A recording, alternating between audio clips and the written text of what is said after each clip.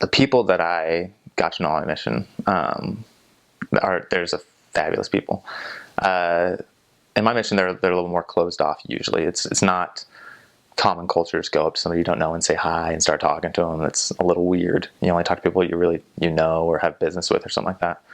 So it's kind of strange as missionaries would go up to somebody and say, "Hi, how's it going?" And they'd look at us and be like, "Do I know you?" And it's like, "No, but we're missionaries and we want to get to know you." And there's like, "Yeah, I don't really have time for that."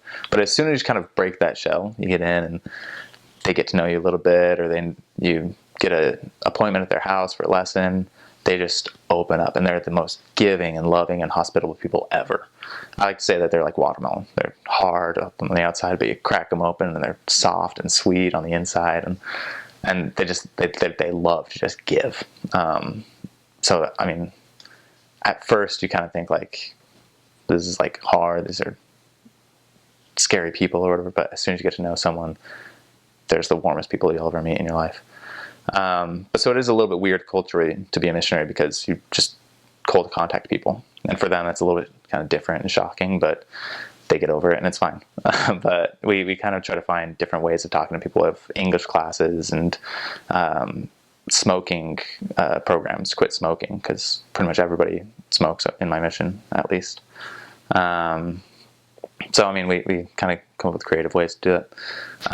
The religion is primarily Russian Orthodox. It's kind of like Catholicism in a lot of areas, where it's more tradition than actual faith. People might not go to church, but they hold firm to the fact that they are Russian Orthodox. That's how they were born. It's very embedded in their culture as a nation and as a people. And it's a beautiful culture, and it's something you kind of learn about and get used to, and it really helps define them a lot.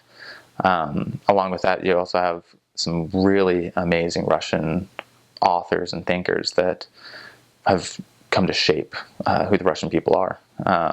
Pushkin basically mastered the Russian language and made it what it is.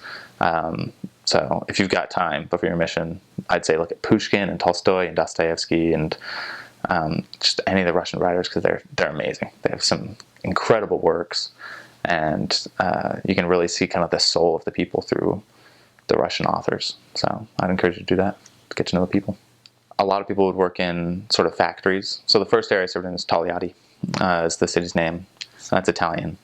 Some Italian guy's name, but it's in Russia, I promise. And I loved it. It's a beautiful city. It used to be just like this tiny little town, but then a car factory opened up, car manufacturing factory called Lada.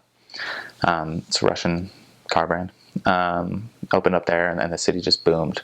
So there are three areas of Tolyatti. One's called Old City, and that's kind of like the central where it used to be. You've got Komsomolsky, which is like a little area on the river. And then you have Avtozavodski, which means car factory, or they also call it New City sometimes, and that's kind of the newer area, which kind of exploded since the car factory opened. So you get a lot of people working in factories and stuff like that, and then just anything you can imagine. You've got hair salons and grocery stores, and I mean, it's just like any other big city really, is what most of the cities you serve in are going to be like. So